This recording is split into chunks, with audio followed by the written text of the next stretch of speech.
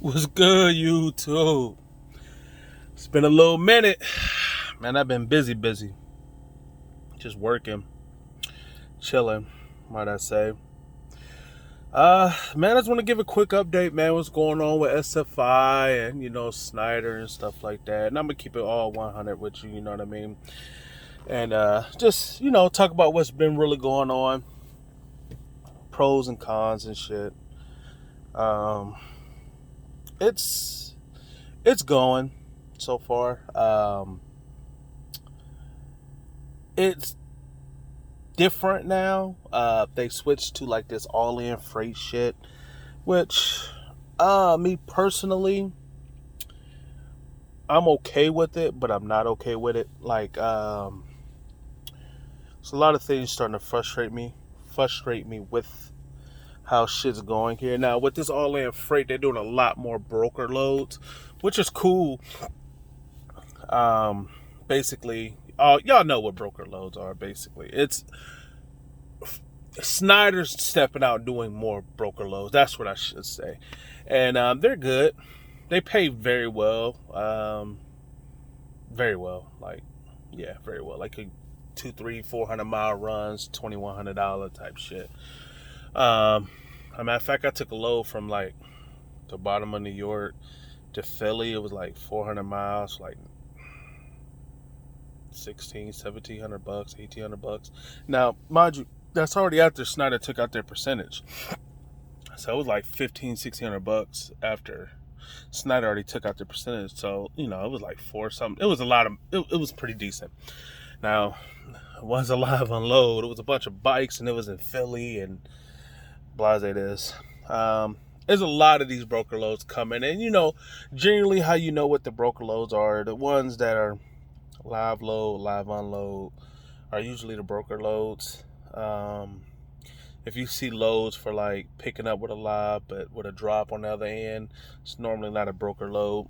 There's some dedicated shit that they got or a customer that they usually got and shit like that. So I genuinely starting to been looking for the broker loads a little bit, depending on where they're going. I take them. I did take one going to New York from, I want to say Arkansas. It was like 1,300 miles, $2,900 or something like that. It's not bad. It was only like 7,000 pounds or something like that, so it wasn't too terrible. But as far as SFI, let me tell you why the SFI has actually worked in my favor. All right. A lot of people don't like the forcing of like the how could I say it, the mandatory maintenance. Okay, a lot of people don't like that. My maintenance has to put 135 in it a week because I have a brand new truck. Obviously, when I got it, 63 miles on it, and yeah, I had to put some steers on it. You guys know about that.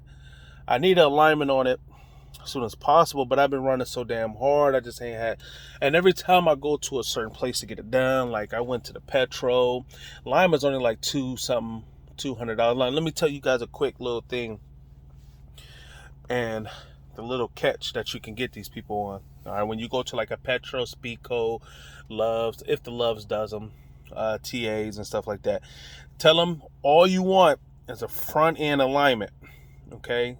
A steer alignment, all right?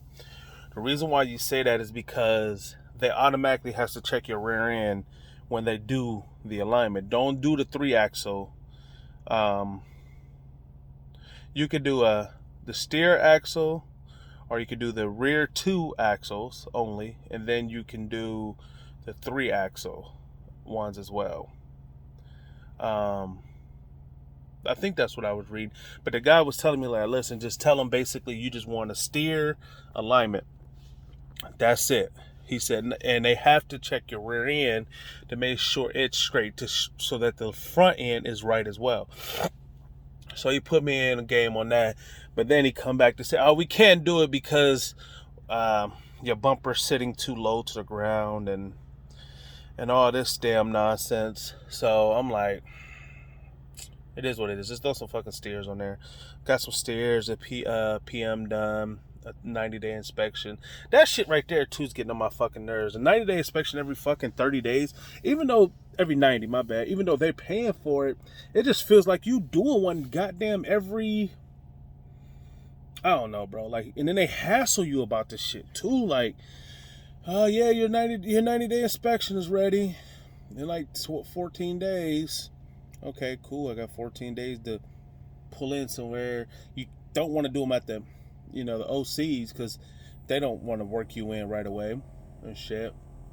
So 9 out of 10, you just gotta get to a truck stop for the day, maybe early. Drop your trailer and just creep on over there and shit and get it done. That's what I usually do.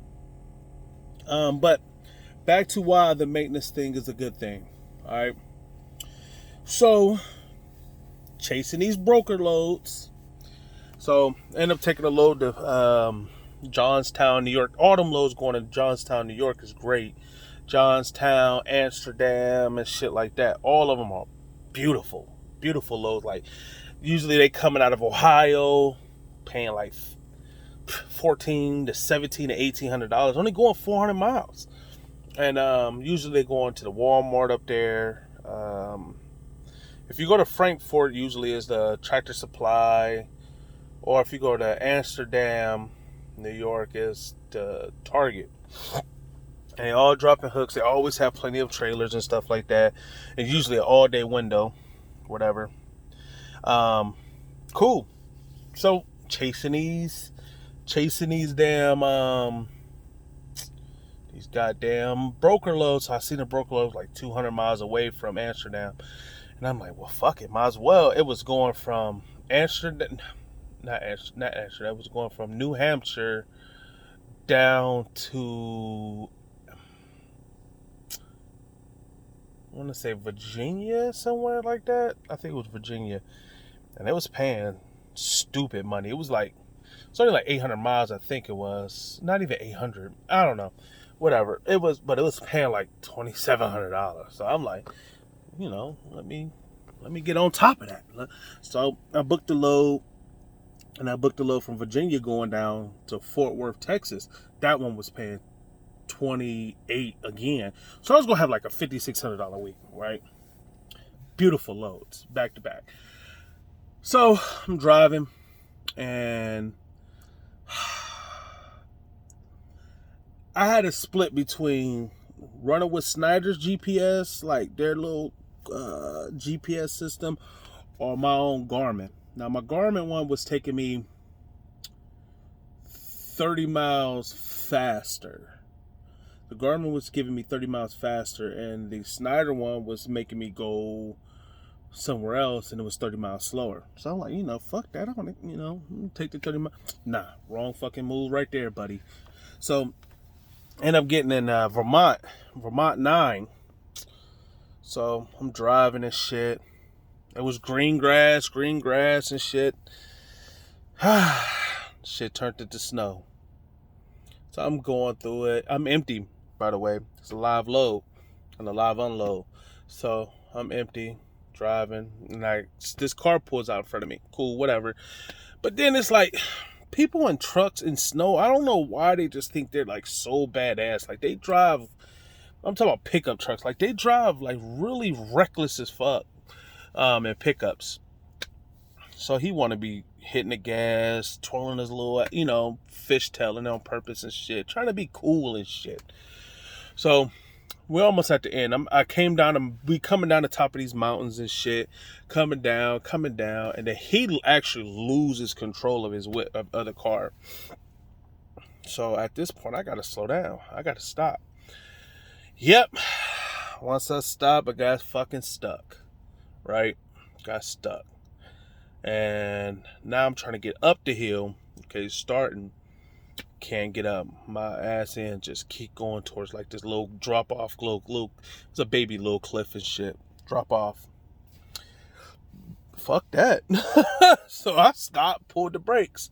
Well, right as I pulled my brakes and shit, another car lost control like a little bit behind me, And this dude, he was pulling like 100,000 pounds. He had to stop, and he couldn't get going either. So he's like 100,000 pounds. Was an oversized. So he's stuck on this fucking mountain. But that just goes to show that, like, that toll right there was $721. And mind you, I got towed 1,000 feet. It cost me $700. All right. $700. So that's the reason why that's a plus to actually go with them and having the maintenance account. And some of y'all be like, well, the truck payments are stupid high and this, and this. If you go in it with the expectation of knowing what you're doing, and not saying knowing what you're doing, because I didn't know what the fuck I was doing when I first started. I was never an owner-operator. I never tried a lease purchase or nothing like that before. So obviously I didn't know what I was doing. But if you take the time and you try to learn this shit, it'll come easy to you. But with SFI, man, the shit is so ran on auto. It's crazy. You send one email, shit's done. That's all you need, you know. So when I mean sending emails, like if you need like them to make a payment out of your own personal account, they'll do it. If you need to use your I put money aside $200 a week just to go towards an extra payment. You know, if I want to take a whole week or 2 weeks off or something, I want to make a truck payment or something, they could go ahead and cover that. But the maintenance works because, you know, I had to get steers twice, had to get 2 oil changes and all that shit, pulled up the hill, and not once have I came out of my pocket. Yeah, I came out of my pocket when it comes to the maintenance account, but it's there for a reason. That shit goes in there every week, no matter what. If you get put in a pinch with maintenance or something like that, that money's there. Now, my shit is drained, okay? That's well over, like, I think I spent last 2 months well over 2 rounds of steers. No, not in the last 2 months. So, no, not the steers. The second part of the steers were on there. The pull up the hill, oil change, and some other stuff. It ran me about $2,300 or something like that. And now I still gotta get this alignment done. So hopefully during Blitz week and shit, this week coming up on the 4th, I'm gonna try to dip to the Atlanta terminal, do a 34-hour reset while Blitz is going on, and hopefully they can do me an alignment real quick, because they stopped doing tires and shit at the OC, so they no longer put tires on it. But just want to give you guys a quick update. Now the pros and the cons about how Schneider all in shit. I like it, but I don't like it. Let me say that. I like it, but I don't like it. I don't like the fact that, what I don't like about it is that they said, oh, we're going to be opening up more dedicated runs and shit like that. They're not really what's called dedicated runs. When I hear dedicated, I mean you're on that account and you're running that freight for an extended period of time. Okay, that's the definition of what I would say is dedicated. Their definition of these so-called dedicated / closed runs, they pay great, but they don't pay, like, they're not, for me personally, location, it's about location for me. It depends on where you're going, where I'm going, is how I will rate myself. They have a lot of these closed-in runs coming out of Chicago. From Chicago down to, I think it was Kentucky. I seen like 4 of those. From Chicago down to Kentucky, from Kentucky back. And it's 1,000 miles. And I think it was paying like $2,500 or $2,800. And they're both, you know, and that's 1,100 miles, which is cool. That's 1,100 miles, $2,800. That's what, $1.67, $1.80 a mile. Shit, you know, and they're not $2,800 for like a week or nothing. They're like, you go down one day and then you come back the next. So it's like a 2-day for $2,800. So it's like $1,400 a day, which is good. But who the fuck wants to go to Chicago twice? That's the question. And now we do have a lot of freight in that Chicago, that North Midwest shit, like Chicago, Illinois, Wisconsin, Iowa, Minnesota, Indiana, Michigan. We have a lot of freight coming out of there all the time. And I'm from Ohio, so we have a lot of freight always coming out of them. But I just think some part of it is misleading, me personally. So, I mean, that's just how I felt about the situation. Outside